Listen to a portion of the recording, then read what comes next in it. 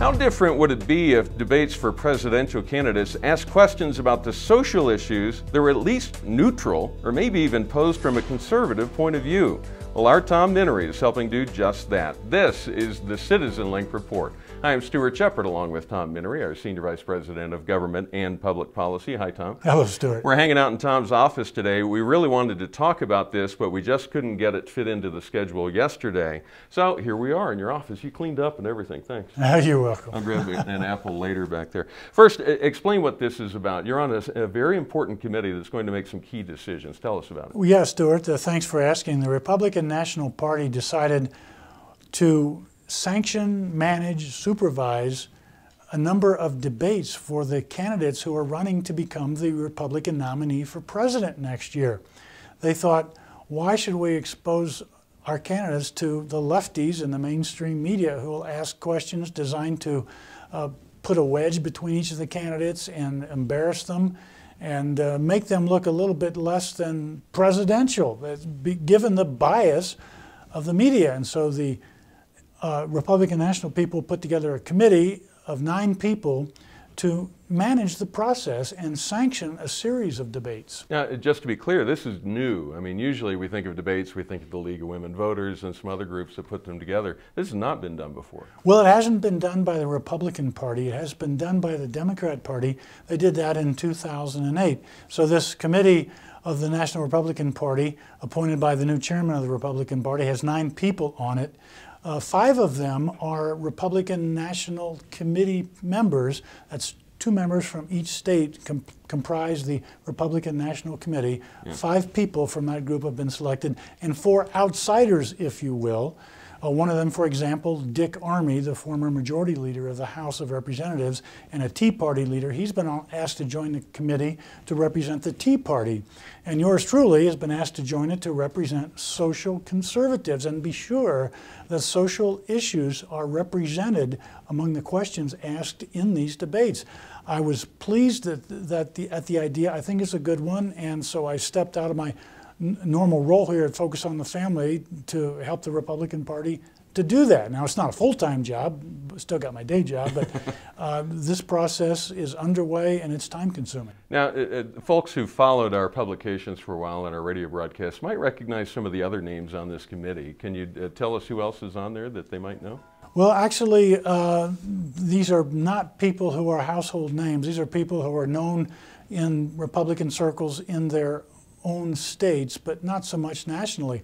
The chairman of the committee, however, is someone whom we know and love. He's James Bopp. James Bopp is a stalwart attorney, represents the National Right to Life Committee. He is actually the special counsel for CitizenLink. He and his lawyers keep CitizenLink on the up and up legally so we don't get into trouble. And James Bopp has established a reputation nationally for trying to tear down the regulations that prevent people from contributing easily and contributing anonymously to political campaigns. So we've seen a phenomenon in California where those who contributed to the Prop 8 marriage amendment have had their names exposed, and they have been harassed by activists on the other side who support same-sex marriage. And so James Bopp has been trying to deal with that and doing very credibly. Now, we know that the committees have to have a lot of voices speaking into them as far as what the outcome will be, but what will you be suggesting they do as far as asking questions that deal with the social issues? Well, first of all, we've got to decide which debates the committee wants to sanction. And then we will be talking as a committee about particular question askers, moderators, which media people will be selected to ask the questions. Now, you don't want a moderator to ask softball questions because you want them to provoke the candidates to really respond, because everybody wants to see what each of these people can do under pressure. Under pressure. Yeah. And so it's a bit of a balancing act.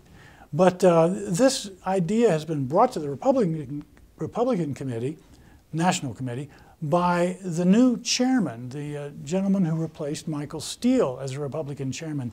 He is a very good man with a very unusual name. His name is Reince Priebus, and he has been active in Wisconsin Republican politics for a long time. Well, not too long. He's actually 39 years old. He's the youngest person ever to be elected to be chairman of the National Republican Party. And it's fresh thinking, new idea, it's vigorous, and I was pleased that they asked me to help, and so I said I would do so. When will these debates happen? When do you expect them? Well, that's a good question, too. The media is chomping at the bit to get the horse race started for the 2012 presidential election. Political reporters like nothing better than to be out on the trail and parsing sentences and covering debates. That doesn't fit what most of the people running for the Republican nomination think. And several of them have already announced their intentions. Some of them are waiting in the wings. They want to push this back. They believe it's much too early. For example, there's a debate in South Carolina in May. So far, only 2 or 3 people have signed up to debate in that debate. And so this series of debates that will be sponsored by the Republican National Committee will not start until August, and there will be at least 8 once a month. Now, there will be other debates, as I said, that not connected with this process, and I don't know who's managing those, but the ones that the Republican Party sanctions will be ones that will have good participation from a lot of candidates, because the candidates have all been asked, that is, when I say candidates, I mean people who are likely to become candidates. Right. They have expressed a lot of appreciation for this process, and they're likely to participate in these sanctioned debates. Now, many of our viewers, I know, are a bit skeptical about everything political. They may be wondering, will this really make a difference once the media gets a hold of it and says, this is how we need to do the show to get viewership? How would you respond to that? I don't know. We'll wait and see. It's a good effort, a worthy try, and we'll try to make the debates be responsible and responsive to the questions that audiences are asking. And we'll see what the process is like after it happens. Another question we might get is, does this put you too close to the Republican Party? Is it too much party politics for you? Well, that's a good question. Personally, I am a Republican, have been for a long time. Focus on the family. CitizenLink is non-partisan political, of course, so this is not CitizenLink business. And I'm in the process as an outsider, as it were. They wanted not only insiders, that is, members of the Republican National Committee, they wanted outsiders.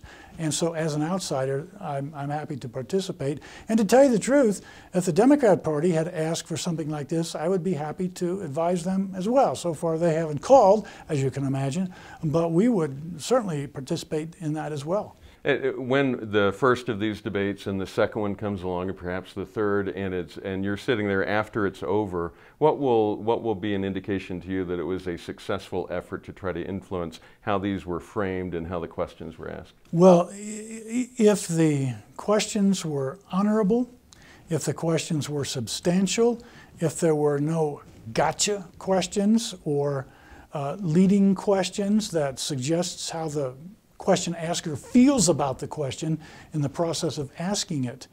And if the questions deal with what the audience is interested in, the big issues of the day.